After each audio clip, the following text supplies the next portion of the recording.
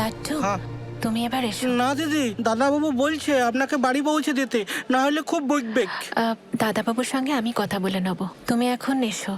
যাবো সত্যি? আমি ঠিক পৌঁছে যাবো, আর পৌঁছে গিয়ে দাদাবাবুকে জানিয়েও দেবো, তুমি একদম ঠিক চিন্তা করো আছে। না।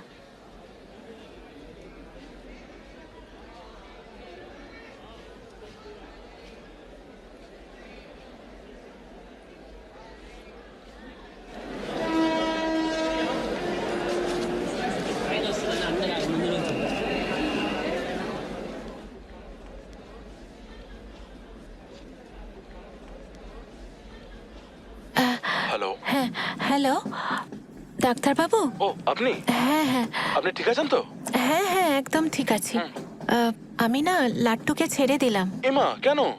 আরে না না, ও আমাকে বলেছিল আপনি বলেছেন আমাকে পৌঁছে দিতে, এবং বলছিল যে আমি থাকি, কিন্তু আমি বললাম যে চলে যেতে। আহা।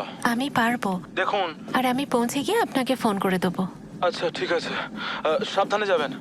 আপনি একদম চিন্তা করবেন না, আমি নিশ্চয়ই জানিয়ে দেবো।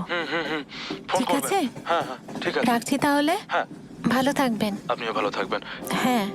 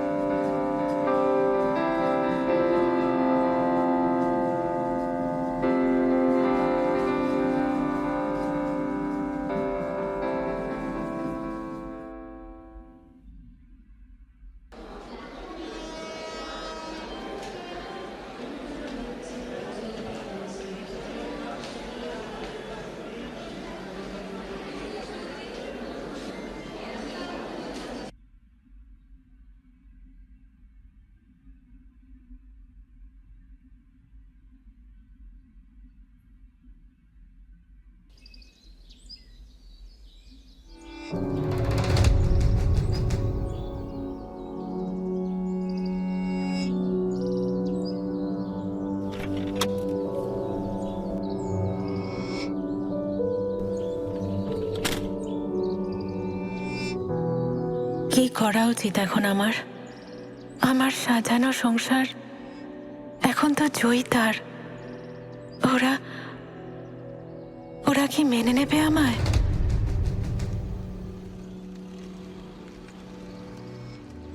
সমাজ, সংসার, সব জায়গায় তো হইচই পড়ে যাবে।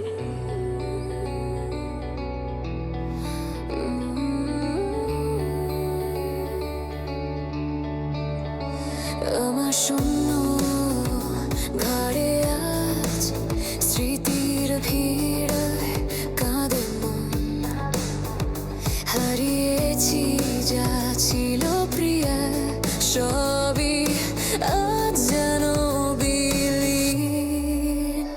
কেন এমন হলো আমার সাথে জীবন?